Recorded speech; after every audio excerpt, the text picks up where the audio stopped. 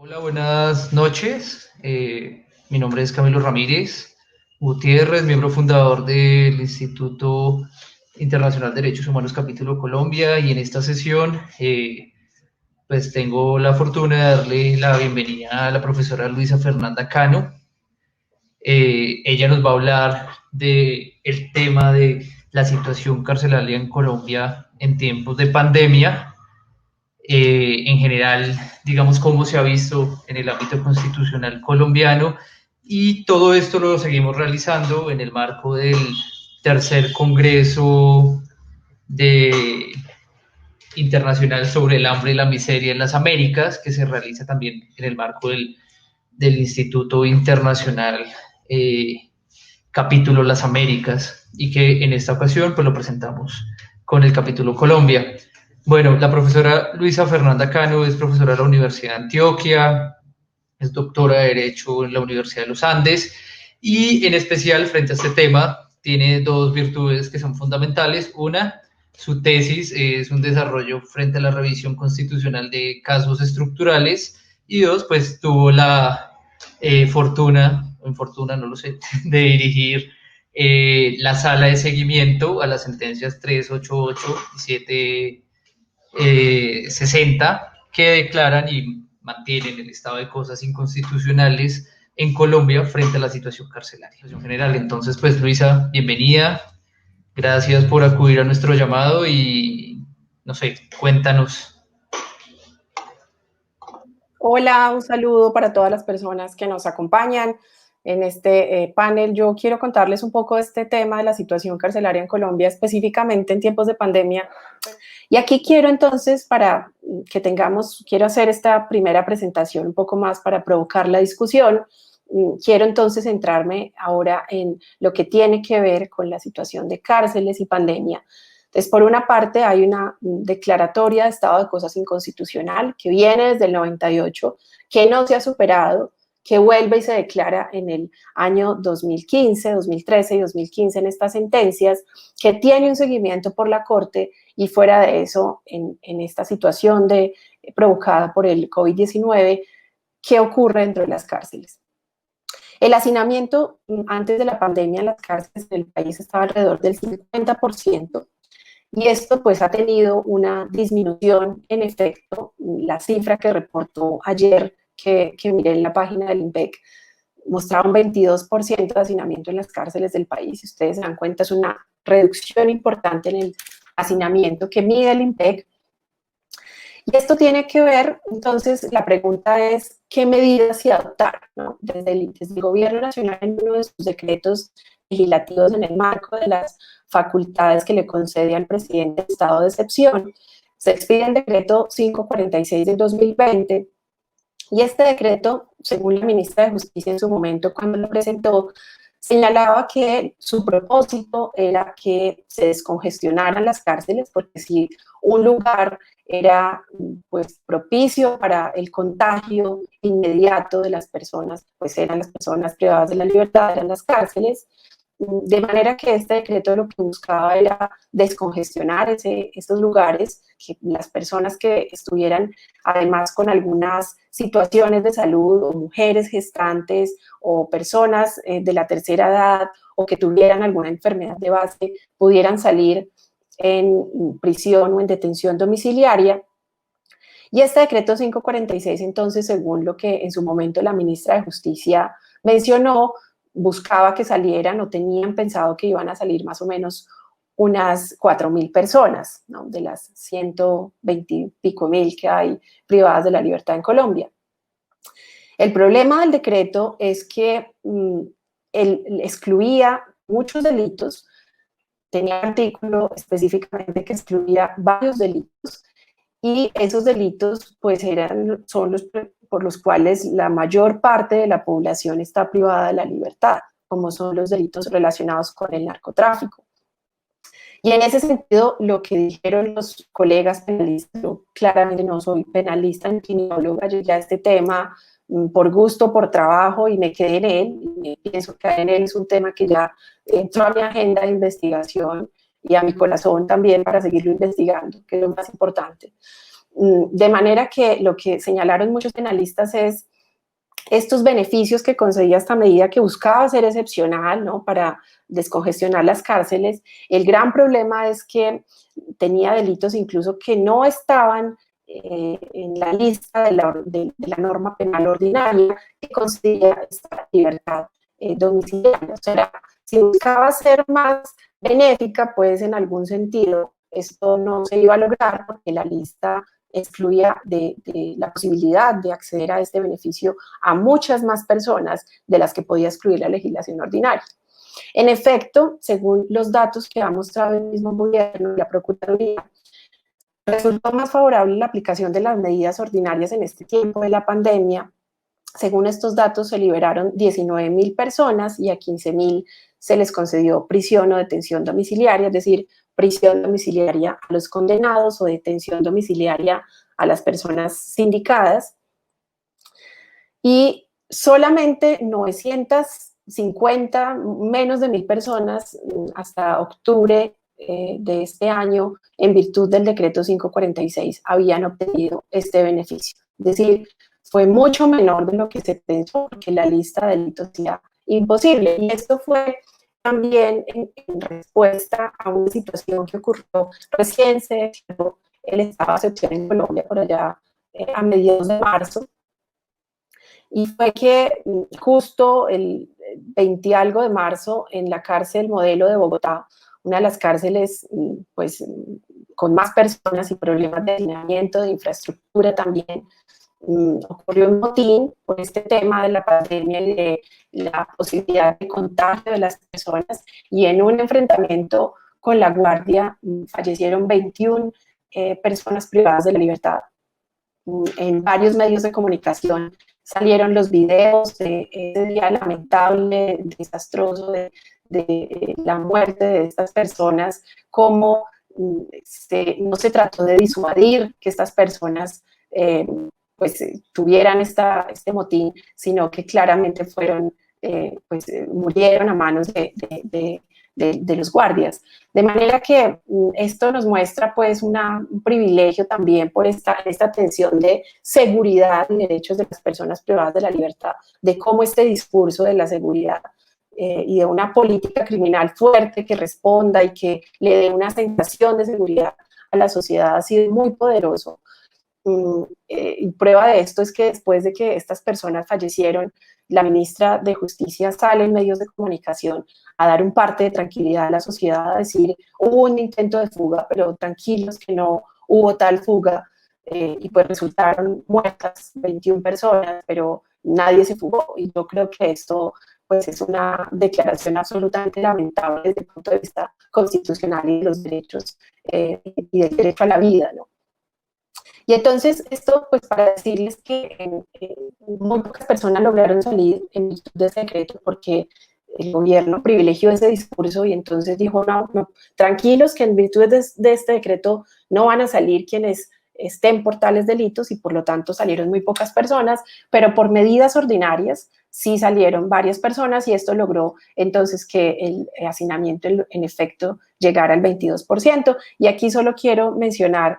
que los casos de COVID en los centros de reclusión en julio llegaron a 3.477, en septiembre disminuyeron a 1.569, pero en todo caso las condiciones de higiene, de distanciamiento físico son lamentables en todas las cárceles del país. Aquí están los datos de esta página del IMPEC. Hay 67.000 personas en detención domiciliaria y en prisión domiciliaria, y vemos cómo pues este hacinamiento es cercano al 22%, cuando ha oscilado alrededor del 50% antes de la pandemia. Y aquí quiero cerrar con esta parte de cómo en efecto la pandemia ha tenido un impacto acentuado sobre las mujeres privadas de la libertad por precisamente lo que estaba diciendo, y es que en Colombia, según las cifras, hay cerca de 7.000 mujeres privadas de la libertad, y resulta que de ellas, las 4.973 que están condenadas, de esas 2.663 están condenadas por tráfico, fabricación o porte de estupefacientes. Es decir, que si cumplían alguno de estos requisitos, como ser una mujer gestante, pero si estaba por uno de estos delitos, pues no podía acceder a estos beneficios. Y no solo por esto, sino porque claramente las cárceles tienen un impacto acentuado en los derechos de las mujeres, en tanto el sistema penitenciario ha sido pensado principalmente para los hombres, porque adicionalmente las mujeres, y esto es como el tema de enfoque de género en la política penitenciaria, privadas de la libertad, tienen unos requerimientos especiales, ¿no? Muchas de ellas, por ejemplo, están con sus hijos menores de 3 años en prisión. Unas necesidades distintas en términos de agua potable, de alimentación, de espacio, que esto pues tampoco ha sido atendido y mucho menos en pandemia. Y bueno, este tema de los sitios de reclusión transitoria que mencioné en algún momento, en estos sitios de reclusión transitoria las personas privadas de la libertad deberían estar un tiempo máximo de 36 horas, es lo que dice la norma. Sin embargo, estas personas pueden ahí durar meses, ¿no? Semanas o meses, no solamente sindicados, como estas personas llegan ahí y no solamente son las personas que están detenidas, sino también que hay personas condenadas. En Medellín, por ejemplo, hay un hacinamiento del 586% en estas estaciones. No hay una separación entre sindicados y condenados. En muchos casos es imposible incluso la separación entre hombres y mujeres. Y este es un tema que tiene que ver con problemas muy graves de presupuesto y de competencias entre los órganos nacionales penitenciarios y entre las entidades territoriales quienes son responsables de estos sitios de detención transitoria. A principios de este año, la Corte Constitucional profirió un auto que buscaba de alguna forma pues pensar en eso que estaba ocurriendo en estos sitios de reclusión transitoria, con un hacinamiento del 586%, como les decía. Estos sitios que les voy a mostrar en la diapositiva siguiente, en esta, que son, si ustedes se dan cuenta, pues básicamente una jaula. Estos son los centros de detención, estaciones de policía de Medellín. Estas fotos son de la página de la Personería de Medellín, quien le hace seguimiento a este tema en la ciudad. Y el asunto es, en esta situación pues, y pandemia, la Corte, en el marco de un proceso de revisión que tiene, profirió este auto y ordenó que se diseñara y se adoptara un protocolo de atención en salud en esos centros de detención transitoria en el país, pero además que se garantizaran unos servicios sanitarios, agua potable, alimentación, unos mínimos, jabón, gel antibacterial. Pero el problema aquí es pues que, como mencioné antes, estas personas deberían estar acá privadas de su libertad durante 36 horas, ¿no? ¿En qué medida ordenar que se adopte un protocolo no significa también de alguna manera pues legitimar que estas personas están ahí y no deberían estar? ¿Y por qué están ahí? ¿Y por qué no están en una cárcel a cargo del IMPEC? ¿Por qué no están en una cárcel municipal? En el caso de Medellín, esta cárcel no existe. Una sentencia reciente del año pasado la Corte Suprema de Justicia lo ordenó y esta sentencia está ahí en esta revisión que está haciendo la Corte Constitucional, pero en todo caso el asunto es, pues no deberían estar estas personas, pero en las cárceles no existen en muchas ocasiones estas cárceles de las entidades territoriales o no lo reciben en las cárceles del orden nacional que corresponden al IMPEC, porque estas cárceles también tienen o un hacinamiento o tienen unas medidas de cierre que dicen yo no le puedo recibir a usted detenidos todavía. Y esto ha generado esta situación dramática de los centros de reclusión transitoria. Y solamente quería mencionar, y por eso traje esta noticia que es de prensa, un pantallazo pues de prensa, porque recientemente en Colombia tuvimos una situación muy lamentable, la muerte de 8 jóvenes en un comando de policía, en una de estas estaciones de policía.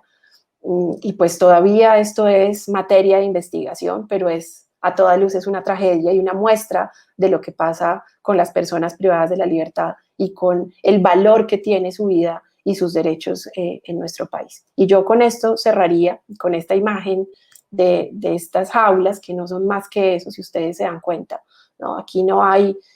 dignidad posible, aquí no hay distanciamiento físico posible, aquí no hay comunicación con el exterior posible. Estos lugares no están pensados para una reclusión prolongada y aún así estas personas pasan ahí meses hasta que son trasladadas a otros sitios de reclusión. Muchas gracias, Camilo, y quedo abierta entonces a esta discusión. Yo no quisiera cerrar sin hacerte esta última pregunta y es, ¿crees que en época de pandemia la situación carcelaria podría decirse que obviamente va a empeorar, pero también podría mejorar con estas medidas de excarcelación o de verdad de esta falla estructural lo que esperamos es algo peor? No sé cómo es tu percepción frente a eso, frente a las Buena medidas. pregunta, no lo sé, no lo sé. Estas medidas de libertad condicional, de libertad domiciliaria, eran en todo caso transitorias, entonces empieza a acabar el tiempo y entonces van a regresar estas personas. ¿Y qué va a pasar cuando regresen si sus lugares ya no están? Mm, Yo lo que esperaría es que más allá de cómo funciona el hacinamiento y cómo son tantos los problemas que salieron a la luz con la pandemia, ¿no? Entonces, este sigue siendo uno de los últimos de la lista. Entonces, es un problema de informalidad de los empleados, tiene un problema de pobreza, de informalidad, de cómo se está atendiendo las víctimas, el acuerdo de paz, cómo, ¿no? Entonces, dentro de todos estos problemas que hay que atender, a esto sumado pues con todas nuestras tragedias históricas, este tema de las personas privadas de la libertad sigue siendo ahí como en la lista, como ahí vamos, ¿no? Yo creo que este será un tema que más allá de que nos muestre que la pandemia puede tener algún impacto pues en términos de hacinamiento, yo sí esperaría que en términos generales la pandemia nos haya hecho mejores seres humanos y que nos haya dado unos lentes distintos para ver con más humanidad lo que claramente es inhumano. Entonces, pues nada, muchas gracias por compartir con nosotros, gracias por aportar esto a este Congreso del Hambre y la Miseria, pues que trata de exponer es precisamente estos retos que tiene el derecho y la sociedad frente a las vulneraciones permanentes a los derechos humanos y que persisten en nuestros estados de latinoamericanos, tristemente. Entonces, pues nada, muchas gracias de nuevo y por tus aportes. Muchas gracias a Entonces, ustedes por la invitación. Un saludo para todas las personas que nos vieron hoy. Hoy nos acompaña la doctora Diana Carolina Muñoz Castellanos con una ponencia titulada Penalidad en tiempos de pandemia. Doctora Diana Carolina, bienvenida nuevamente a este espacio. Con las buenas noches para usted y para todos los que hoy muy atentamente nos están siguiendo en este evento. Estoy muy complacida de acompañarlos, sobre todo por un tema tan sensible en el marco de este congreso tan importante y tan pertinente para nuestro ámbito jurídico. Para todos nuestros asistentes, la doctora Diana es abogada de la Universidad de Cartagena, especialista en Derecho Penal de la Universidad de Nuestra Señora del Rosario, candidata a magíster en Derecho Penal de la Universidad Santo Tomás en convenio con la Universidad de Salamanca, litigante en Derecho Penal, ejercido desde el sector público y en el ámbito privado. Es asesora y consultora jurídica en el área de su especialidad, coordinadora del Centro de Conciliación de la Universidad Jorge Tadeo Lozano, docente de las asignaturas de Derecho Penal General, Derecho Penal Especial, Derecho Procesal Penal y Mecanismos Alternativos de Solución de Conflictos en el programa de Derecho de la Universidad Jorge Tadeo Lozano. Doctora Diana, nuevamente es una alegría y yo quisiera que empezáramos este en vivo fundamentalmente con una pregunta para ilustrar, digamos, lo que ha impactado la pandemia con ocasión de la COVID-19 específicamente en Colombia, en una especial población, una población que tiene una especial protección en nuestro país, como es la población privada de la libertad. ¿Qué ha pasado, digamos, con las alternativas que ha hecho el gobierno, con los mecanismos que se han implementado y qué ha pasado en materia de derechos humanos, fundamentalmente con esta población tan importante, digamos, para todo el ámbito, digamos, no solamente del derecho penal, sino de los derechos humanos fundamentalmente? Perfecto, pues digamos que para contestar esta pregunta quisiera plantear un poco el contexto en el cual están nuestras personas privadas de la libertad.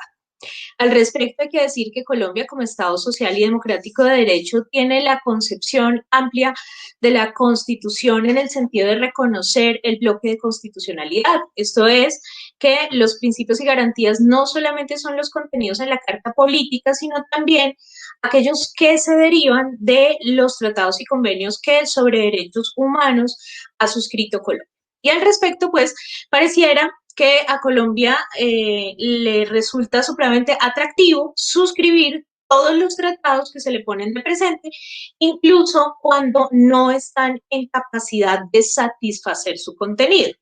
¿A qué me refiero específicamente con esto? Pues que la dignidad humana propia de los tratados y de los convenios internacionales sobre derechos humanos se extiende no solamente a las personas que se encuentran en libertad, sino a personas de especial protección, pues se ve realmente diezmada permanentemente a través de lo que podríamos llamar una suerte de violencia institucional.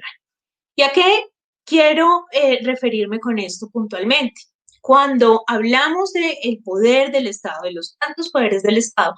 tenemos que decir que, sin lugar a dudas, la injerencia más violenta del Estado está en el ejercicio de la acción penal. Y en desarrollo del ejercicio de la acción penal, pues existen vulneraciones a los derechos fundamentales de las personas en desarrollo del proceso y luego con ocasión o como consecuencia del proceso mismo, que es cuando nos referimos específicamente al cumplimiento de una pena. Hay que aclarar que las personas privadas de la libertad no pueden entenderse de forma indistinta, sino que las personas que se encuentran en desarrollo de un proceso sobre quienes recae una suerte de medida preventiva de privación de libertad, pues se presumen y se reputan inocentes y como tal tienen que ser tratados. A diferencia de las personas condenadas, respecto de quienes ya no pervive esa presunción de inocencia y sobre quienes existen una suerte de consecuencias derivadas de un proceso penal, teniendo en cuenta, por supuesto, que en Colombia las penas para nosotros principales serán la privativa de la libertad y la multa, y como accesorias otras penas. En ese sentido, pues hay que entender que la población carcelaria no puede entenderse de como una sola masa, sino que habría que empezar por esa inicial diferencia. Personas que se presumen inocentes y están privadas de la libertad, y personas que ya no se presumen inocentes, sino que están en desarrollo del cumplimiento de una pena privadas de la libertad. Y esa privación de la libertad puede ser de dos maneras. La privación de la libertad intramural es la que conocemos como en la cárcel o prisión o en general cualquier establecimiento penitenciario o carcelario. Y también está la privación de la libertad que se da en el domicilio de la persona procesada o condenada. En estos dos,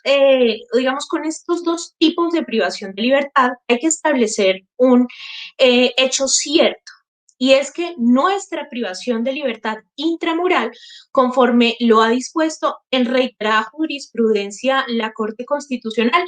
es indigna, está en un estado de cosas inconstitucional. Porque a la par con la privación de libertad, que es lo que en principio debe hacerse, se priva de la libertad, y no solamente de ella, sino también de todos los derechos derivados de la dignidad del ser humano y que en consecuencia son absolutamente obligatorios en el ejercicio de un Estado social y democrático de derecho. De tal manera que a las personas no solamente se les priva de la libertad, sino en términos generales se les ha privado de su dignidad. Y en ese sentido, se les priva de la dignidad y de la libertad no solamente a quienes están condenados, sino también a las personas que están en una medida preventiva. Y la situación frente a la imposición de medidas privativas de la libertad, pues han generado una situación crítica de hacinamiento en nuestros centros de reclusión. Ese hacinamiento, pues, que lleva al traste también con todos los demás derechos. Entonces tenemos una alimentación deficiente, tenemos unos sitios donde se pernocta de manera completamente incómoda, personas que no tienen un lugar para dormir, que tienen que incluso llegar a mecanismos como el que se conoce de el pico y placa dentro de la cárcel, es decir, unos permanecen de pie mientras otros duermen y luego se invierte este sentido. El acceso a alimentos de calidad, aparte de los que brinda el establecimiento, pues es prácticamente nulo o tiene que pasar por casi que modelos extorsivos de la propia Guardia de Seguridad. Los escenarios de violencia dentro de las cárceles pues son el diario vivir, al punto que existen personas desaparecidas dentro de las cárceles sin que nadie dé cuenta de ellas y hechos por los cuales el Estado ha tenido que en múltiples oportunidades indemnizar a los familiares de esas personas desaparecidas. Entonces, empecemos por ahí. Es decir, viendo la foto de cuál es la situación penitenciaria. La situación penitenciaria, en resumen, es una situación inconstitucional, por indigna, porque atropella los derechos humanos de las personas que por cualquier razón están en esa situación. Y cuando nos enfrentamos con la situación actual, con la pandemia, y estamos hablando de que en Colombia se empezaron a tomar medidas activas a partir de los primeros días de marzo, pues tanto como cualquier otro particular, las personas que formaban parte de estos centros penitenciarios, pues también manifestaron sus preocupaciones y el sentir que al estar en una situación de hacinamiento se hacía más riesgosa su situación por la facilidad del contagio que se ha documentado en extenso por entidades públicas y pues también por los medios de comunicación. Y ese sentir y esa angustia generalizada en un ambiente indigno que, como digo, está en nuestra cosa inconstitucional, pues tuvo unos efectos terribles, digamos, terriblemente nefastos en el sentido de que existió una suerte de revolución al interior de los penales, demandando los reclusos que se tomaran medidas dispuestas para proteger y salvaguardar su salud y su vida, entendiendo que estas personas, al estar privadas de la libertad, en principio y según la norma, solo están privadas de la libertad, aunque en la práctica, insisto, están privadas de cualquier tipo de derecho o garantía, al punto que también de la dignidad. Entonces, cuando se empiezan a tomar todas las medidas dispuestas a proteger a la ciudadanía frente al contagio y a la propagación de la pandemia, pues se esperaba que en las cárceles ocurriera algo similar, que se tomaran algunas medidas en ese sentido, cosa que no ocurrió. La atención en salud en los establecimientos penitenciarios es supremamente precario, al punto que las personas solamente logran acceder a esos servicios de salud cuando su vida realmente está en riesgo inminente de muerte, es decir, no es un servicio de salud proactivo, es más bien reactivo. Y eso condujo a una serie de amotinamientos en varias cárceles del país, que llevaron, y esto ocurre cerca del 23 de marzo, es decir, estamos hablando 10 días después de que inician las medidas generales para los ciudadanos, se generan estos amotinamientos que tienen como consecuencia el fallecimiento de 23 reclusos más otros 83 heridos documentados. Y hablo de documentados porque normalmente la regla general es que existe un subregistro que no permite dilucidar la complejidad y la magnitud de la tragedia que allí vivieron. Estos amotinamientos, pues por supuesto, hicieron que la opinión pública volteara sus ojos hacia la población carcelaria, que aunque no suele ser taquillero por parte de quienes toman las decisiones ejecutivas y mucho menos judiciales, pues resultó atractivo y se convirtió en un tema de interés en la opinión pública, es decir, ¿qué vamos a hacer con esa población privada de la libertad?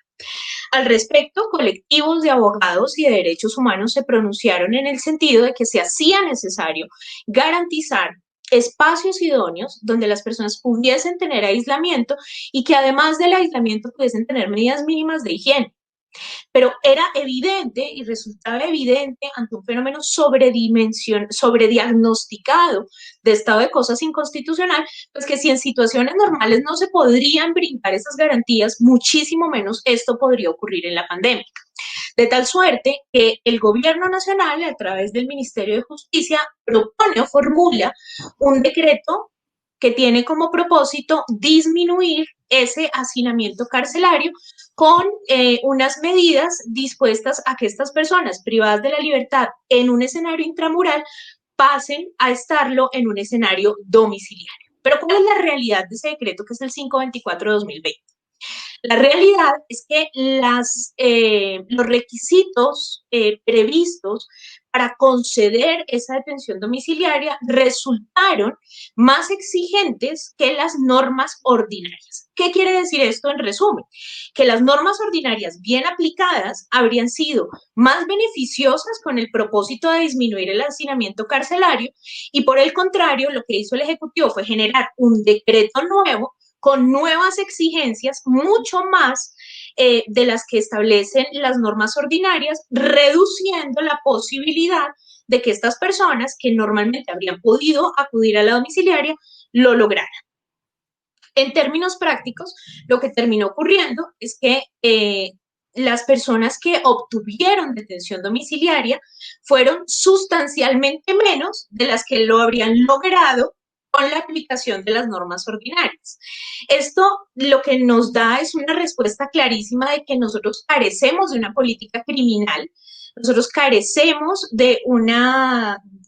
decisiones ejecutivas fundamentadas y esas decisiones están siendo tomadas por y para la galería. Es decir, no se están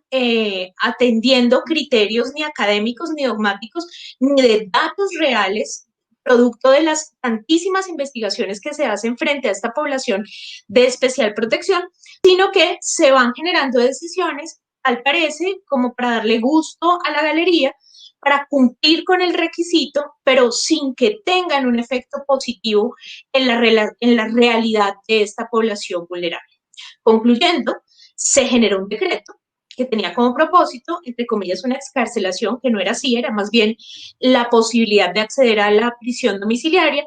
pero este decreto, al ser mucho más exigente que las normas ordinarias, pues generaron un menor acceso a esa posibilidad y, en conclusión, no satisfizo para nada ninguna de las tantísimas necesidades muy sentidas de la población carcelaria. Muy bien, doctora Diana, después de esa explicación a uno le surgen muchísimas preguntas, pero por razón de tiempo quisiera que concluyéramos con una sola. ¿Cuáles son, en tu criterio, los retos más importantes que tiene, digamos, ya sean los gobiernos nacionales o una política criminal adecuada para afrontar situaciones como las que estamos viviendo actualmente con los temas de COVID, sabiendo que, digamos, escuchando tu presentación, que la respuesta que se ha dado tal vez no ha sido la más exitosa frente a una situación generalizada que vivimos nosotros? ¿Cuáles son Yo esos retos? pienso que el principal reto es el compromiso con el ejercicio de los derechos humanos. Satisfacer intereses políticos resulta supremamente taquillero, supremamente rentable, pero en términos de la aplicación de la política criminal es nefasto. Entonces, no solamente hace falta un compromiso institucional que adopte decisiones fruto de consenso con la academia, con las organizaciones, con las personas que realmente llevan realizando todo un trabajo serio y juicioso con este tipo de poblaciones, sino que adicionalmente, y esto resulta supremamente impopular, también hay que hacer una serie de compromisos en lo que tiene que ver con el presupuesto para la población carcelaria. ¿Por qué digo que es impopular? Porque si un gobernante, cualquiera que éste sea, plantea a la opinión pública que va a destinar determinados recursos a mejorar la situación de vida de las personas privadas de la libertad en un país tan convulso y con tantas precariedades como el nuestro, pues la opinión pública le va a saltar a la yugular y le va a decir cómo se le ocurre gastarse esa plata en los presos cuando los niños guayú están muriéndose de hambre y cuando el juez está inundado. pero en la medida en que nosotros no dignifiquemos incluso a las personas privadas de la libertad, y digo incluso porque pareciera que existiera, que no tendría que ser, pero pareciera que existiera una tabla de relevancia de la dignidad de las personas, entonces hasta que no lleguemos a ese punto no podemos hablar de que realmente somos estados sociales y democráticos de derechos. Doctora Diana, muchas gracias por esa presentación y los invitamos a seguir escuchando las demás conferencias en el curso de nuestro evento.